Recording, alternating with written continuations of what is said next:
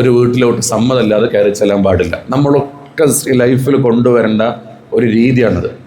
എത്ര അടുത്ത ആളുടെ വീടായിക്കോട്ടെ, സമ്മതമില്ലാതെ ആ വീട്ടിലേക്ക് കയറി ചെല്ലരുത്.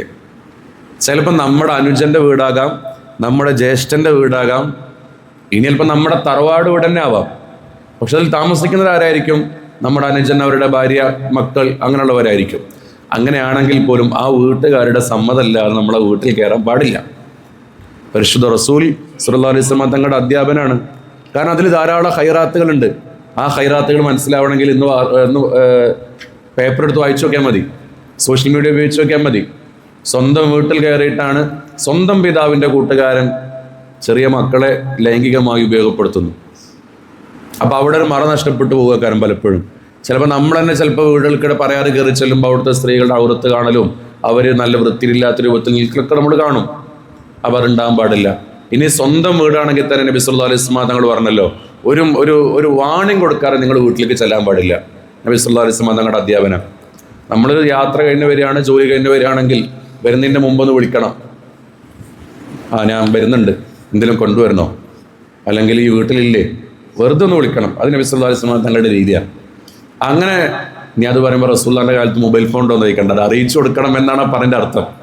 നബി സല്ലല്ലാഹു അലൈഹി വസല്ലം തങ്ങളുടെ യാത്രയിൽ ഞാൻ ഇന്ന സമയത്ത് തിരിച്ചു വരും.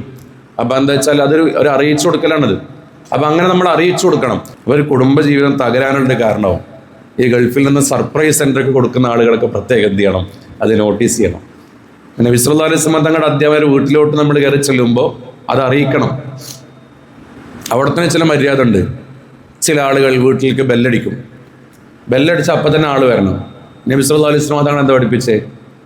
ഒരു വീട്ടിൽ നിങ്ങൾ കോളിംഗ് ബെല്ലടിച്ചാൽ, ഹദീസിൽ കോളിംഗ് ബെല്ലടിച്ചാൽ ഹദീസിൽ കാണുമല്ലോ കേട്ടോ. അതിൻ്റെ അർത്ഥം എന്താണ്? ഒരു വീട്ടിലുള്ള ആളുകളെ നിങ്ങൾ നോക്കിയതാൽ, അവരെ വിളിച്ചാൽ 4 റക്അത്ത് നിസ്കരിക്കേണ്ട സമയം നിങ്ങൾ കാത്തു നിൽക്കണം. എന്നിട്ട് രണ്ടാമത് ബെല്ലടിക്കാൻ പറ്റുള്ളൂ. നമ്മൾ ഒന്നടിക്കും, ഒന്ന് തിരിഞ്ഞ് വീണ്ടും അടിക്കും, വീണ്ടും അടിക്കും, അടിച്ചുകൊണ്ടേയിരിക്കും. നമുക്ക് തീരെ ടൈം ഉണ്ടാവില്ല. അതെന്താ 4 റക്അത്ത് നിസ്കരിക്കേണ്ട സമയം കഴിഞ്ഞിട്ട് ചെയ്യണമെന്ന് പറയാനുള്ള കാരണം എന്താ? ഒരുപക്ഷെ ആൾ നിസ്കരിക്കലാവും. അപ്പോൾ ആ നിസ്കാരം കഴിഞ്ഞ് വരാനുള്ളൊരു സാവകാശം കൊടുക്കണം. അല്ലെങ്കിൽ അയാൾ വീട്ടിൻ്റെ ഉള്ളിലുള്ള രൂപം വേറെ ആയിരിക്കാം, ഷർട്ട് ഇടാതെ ആയിരിക്കാം, അല്ലെങ്കിൽ വേറെ ഏതെങ്കിലുമൊക്കെ രൂപത്തിലായിരിക്കാം. അപ്പം അങ്ങനെയാണെങ്കിൽ അതിൽ നിന്ന് അയാൾക്ക് മാറി വീടിൻ്റെ കതക് തുറക്കാനുള്ളൊരു സമയം, അതാണെന്ത്, 4 റക്അത്ത് നിസ്കരിക്കാനുള്ളൊരു സമയം നമ്മളവിടെ മാറ്റി വെക്കണമെന്ന് പരിശുദ്ധ റസൂൽ സല്ലല്ലാഹു അലൈഹി വസല്ലം തങ്ങളുടെ അധ്യാപനത്തിൽ കാണാം.